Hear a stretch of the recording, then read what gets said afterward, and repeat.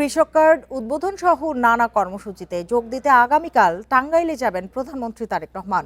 তার আগমন ঘিরে উচ্ছ্বসিত জেলার সর্বস্তরের মানুষ। টাঙ্গাইলে সিটি কর্পোরেশন পরিত্যক্ত এয়ারপোর্ট চালু, যমুনা নদীতে স্থায়ী বেড়িবাঁধ সহ নানা দাবি নেতাকর্মীদের। এদিকে প্রধানমন্ত্রীকে নিরাপত্তা দিতে কয়েক স্তরের নিরাপত্তা জোরদার করেছে প্রশাসন।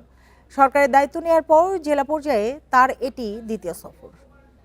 এ বিষয়ে টাঙ্গাইল থেকে জানাতে আমাদের সাথে যোগ দিয়েছেন সহকর্মী মামুনুর রহমান।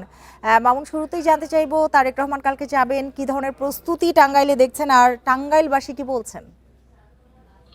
ব্যাপক প্রস্তুতি নেওয়া হয়েছে প্রশাসনের পক্ষ থেকে এবং আমরা সকাল থেকেই যে মারুফ শহীদ স্টেডিয়ামে যে আসার কথা রয়েছে প্রধানমন্ত্রী, সেখানে সকাল থেকে অবস্থান করছিলাম। এখানে অন্তত 5 জন মন্ত্রী প্রতিমন্ত্রী এসেছিলেন এবং বিএনপির বিভিন্ন পর্যায়ের নেতা, ছাত্র দলের নেতা সহ তারা কিন্তু আসছেন এবং এখনো এখানটাতে রয়েছেন। আমি যদি একটু দেখানোর চেষ্টা করি, এখন যে স্টেজটি দেখা যাচ্ছে এখান থেকে আগামীকালকে প্রধানমন্ত্রী সকাল 10টায় কৃষক কার্ডের উদ্বোধন করবে দেশব্যাপী। আপনি জানেন যে এই কৃষক কার্ড নিয়ে বাংলাদেশের সমগ্র কৃষকদের মাঝে যেমন একটি উত্তেজনা রয়েছে এবং তারা বেশ আশাবাদী হচ্ছে এবং আশা করছে যে এই কৃষক কার্ডের মাধ্যমে তাদের ভাগ্যে উন্নয়ন ঘটবে।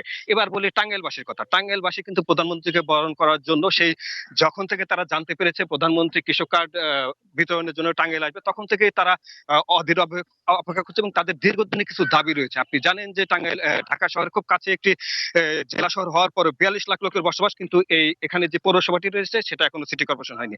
এই অঞ্চলের মানুষ আশা করছে যে এটাকে সিটি কর্পোরেশন করা হবে।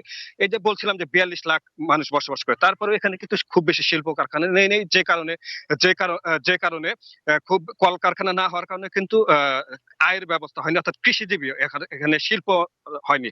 শিল্পের একটি দাবি রয়েছে। এর বাইরে রয়েছে, আপনি জানেন যে জেলার 12টি উপজেলার ভিতরে 5টি উপজেলা সরাসরি যমুনা নদীর বাম তীরে অবস্থিত।